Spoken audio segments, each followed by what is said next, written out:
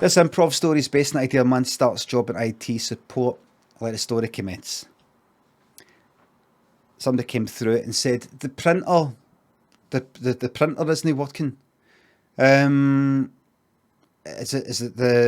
it not having, it's not sending, it's no, right, have you checked the ink, the toner?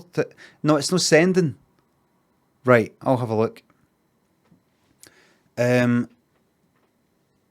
That's not really my thing. The printers, I think it's the computer. The computer isn't sending it. So that's IT support. Right. It's not strictly, right. All right. Yep, fine. So that is IT support. Right, I'll have a look. Okay. What is it? Are you sure you're no saving to file? Saving to what? He worked in a university. You sure you're not saving to file? What's that? There's an option, send to the printer, save to file. What I save as a PDF. No, I sent to the printer. I'm not daft. I'm not saying you're daft. Just some people, they do that. They are daft. I don't think you should be calling people daft just because they're saving to file. You're right. But you yourself just said that if you had done that, then you would be daft. You used that word yourself. Could you fix the printer, please? It might not be the printer that actually needs fixed. Well, what would it be? The scanner? It's the printer that I'm saying. I'm saying it might be a connection thing. It might not be the printer. It might be some sort of connection thing. Well, whatever yourself. What's your problem? My problem is your problem. What are you talking about? Your problem. You forget to fix the printer, that's my problem now. I'm agreeing with you. So what is it you're trying to send? That's confidential. I don't see why I should be telling you that. I'm just saying, is it a colour thing? Is it like a 20-page thing? That's confidential. Or can it be that confidential? You're sending it to the printer, but other people might see it. So you're wanting to look through everything because it could get printed out. You should have the right to. And did they say that? I didn't say that. I'm just saying it can't be that confidential. It's not like it's MI5. What are you talking about, MI5? What are you, like James Bond or something? Is it like a big thing? Is it maybe, I just wonder if it's maybe overloaded or something like. What do you mean overloaded? I mean, these things can print out.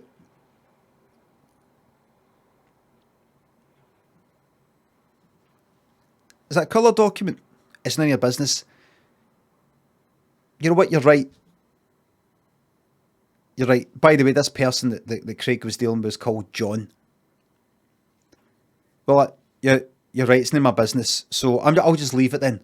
This is your job. I'll report you, said John. Right. All right then. Is it colour? Is it how many pages is it? Because if it's like a big 200-page thing, sometimes some of these things can get a wee bit. If you done it like try to double-sided or try, well, I don't know. I can't just tell you or the sentence. Well, do you mind if I have a look? I look at the computer. Yeah. No. I'm not allowed to look at the computer. It's confidential. But you're in a room where the monitors are next to each other. I hide the screen. How'd you hide the screen? I just moved the document, the stuff I don't want people to see. I moved that away. Are you printing pornography? Excuse me. It's a joke. It's a joke, son. It's a joke.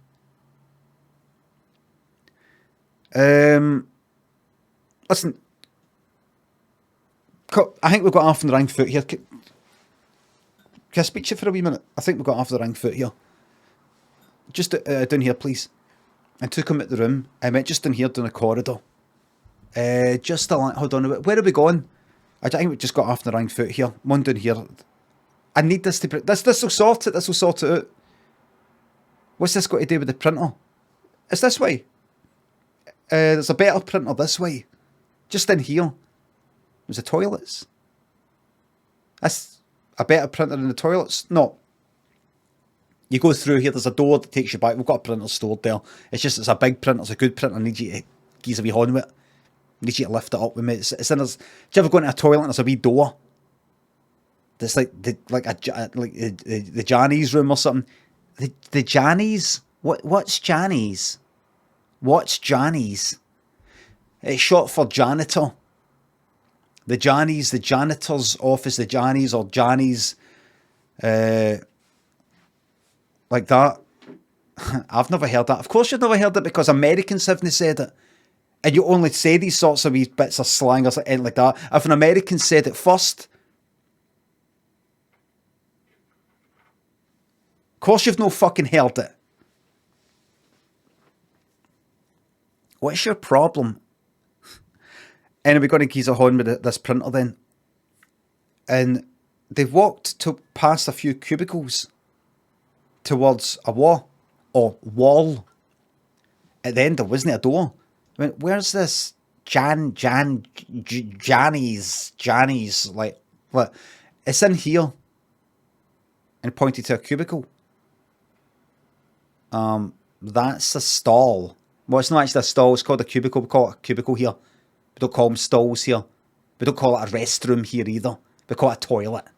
Alright? We call it a toilet. We don't call them stalls here. We call them cubicles. Alright? Now it's in there. What are you talking about? And he opened the door. And went, what's going on? What's going on? This is fucking going on, you wee bastard. And fucking got to honestly see the fingernails on Craig. Like he played the guitar. And then he realised he's actually left-handed. So he grew these fingernails on the other hand as well. Like talons. And went like that, fuck you. And dragged this wee bastard's, cunt was 20, wee bastard's fucking head into the fucking toilet pan. Held it down and flushed the toilet. And went, take that, you wee fucking primary punter. A primary punter is what somebody who was in secondary school would call somebody who was in primary school as a wee primary punter. Also, supposedly, the urban myth was maybe some people did that. People would spread the rumour that see when you went to secondary school, one of the things they did to all the newcomers was flush their head down the toilet. So Craig did that to this cunt. And held him down. And he went, I'm drowning, what are you doing? What are you doing, man? And then Craig ran back to the office, just ran away, and sat back down. And waited. He thought, what's going to happen next? What happens now? Eventually heard some shouting. God, the guy just... The IT guy... Put in the toilet. Look at me. The IT guy... Print. You could hear it. And what? Where? What? And one of his colleagues sort of came in and went, Craig, there's a guy down there who's... There's a guy down there who's shouting about you. What's that? What? What's that? A guy what? Him there! Him! What the fuck, man? Craig was like, what's going on? What's this? You alright? What's this? You alright, son? What happened? Have we got a leak? I'm IT department. I'm IT, I don't deal with leaks. What's going on? What's this? Davey, what's this? Mary, what's this? What's going on? He said you flushed... You did something to my toilet. Somebody did something to the toilet. Well, that's nothing to do with me. I'm IT. He said you did it. I did it. I did that. What are you on about? You think I don't know who you do you think I think it's got mixed up. Take a look at my face. What the fucking... He's lying. And Craig went like that to his colleagues. I don't know what the fuck's going on here. I've not left this fucking desk. Look, there's my... That's the file... No, that's the file that... He's look at the print history. He'll say I was here. Look, he'll have the print... Because there's a kind of thing on the user interface sort of thing, you know, like printing look thing that you had to open. Craig closed it. Went, what are you on about? There's nothing printed. I don't know what you're talking about. I was through here. Check the cameras. There must be. There's no cameras in here. I don't know. He's saying that you dragged him. He's got the wrong guy, Davey. He's got the wrong guy. I don't know. Are you on the?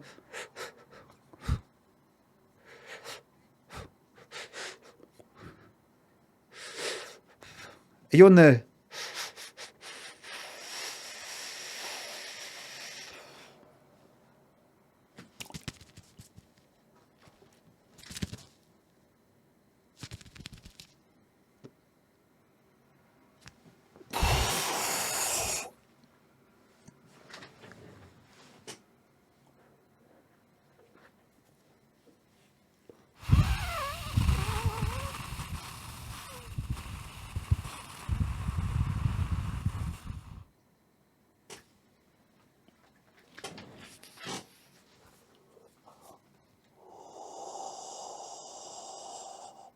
You on that?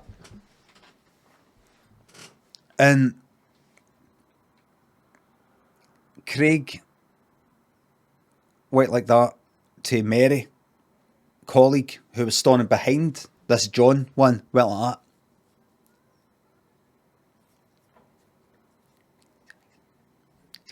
Acid. He's on that fucking, he's been smoking that acid. He's been injecting that fucking hash or something. Mary didn't have a clue about drugs and things like that. But Craig would talk about like his drug use when he was younger and all that. And she'd be fascinated by it because she was quite sheltered and all the rest of it. And so she really relied. She was his like superior, and she really relied on his knowledge of all things to do with the street. And he went like that.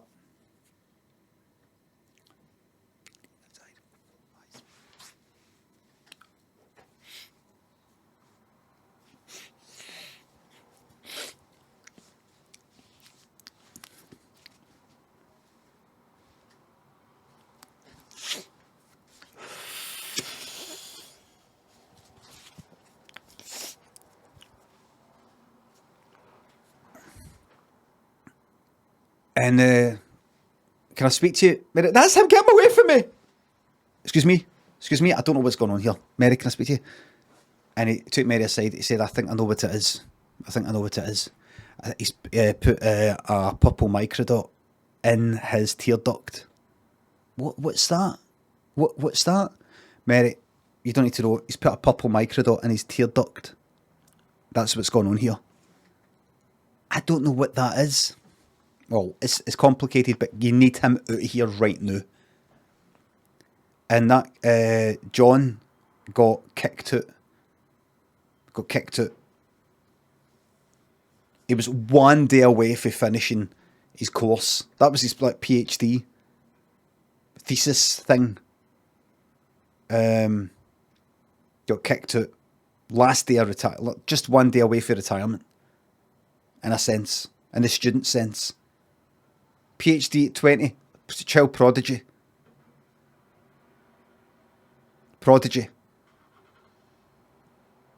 And that's and Craig said, and the thing is, he ended up getting dead drunk.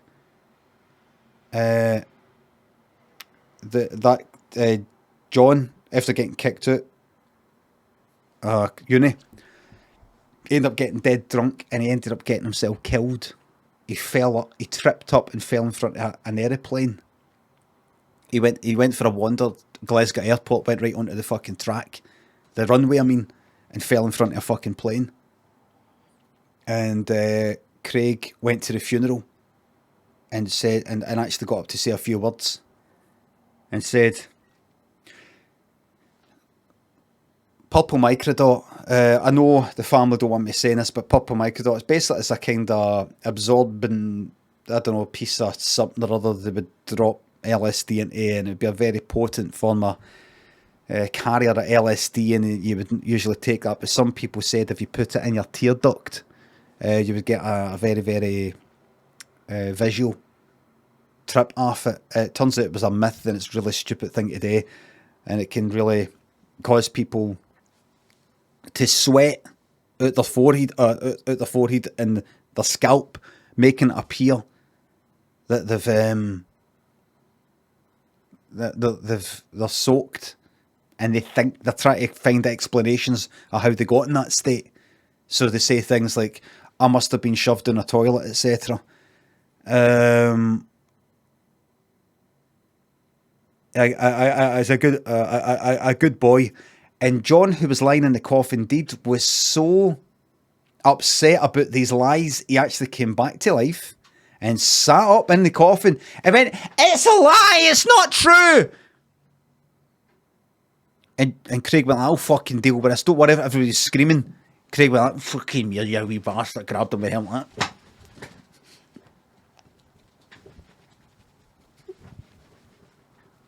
And the family were like, "Yay!"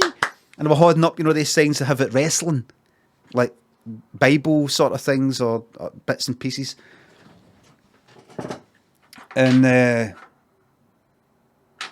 Craig went like, "The only way we can make sure he doesn't come back to life is we put him through a mincer." So I took him to the nearest abattoir, or what John would call a slaughterhouse, because that's what they call it in America, and he was ashamed of terms that we use here. And he got put through an industrial mincer.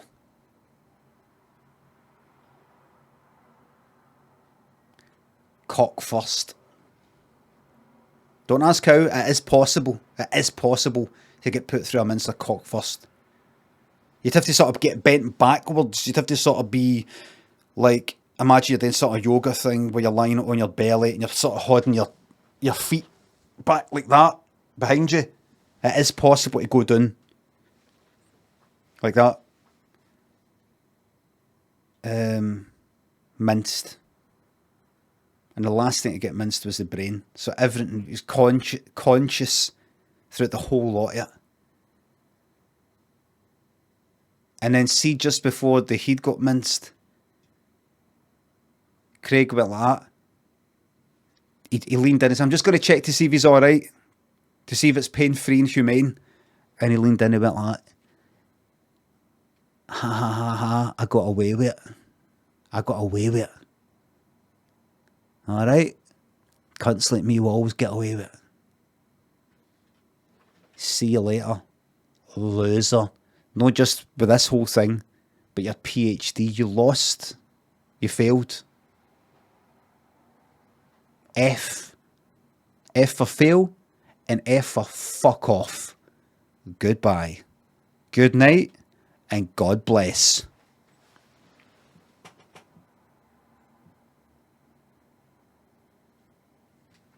At the end. And here's the thing. The funny twist is, that's a true story.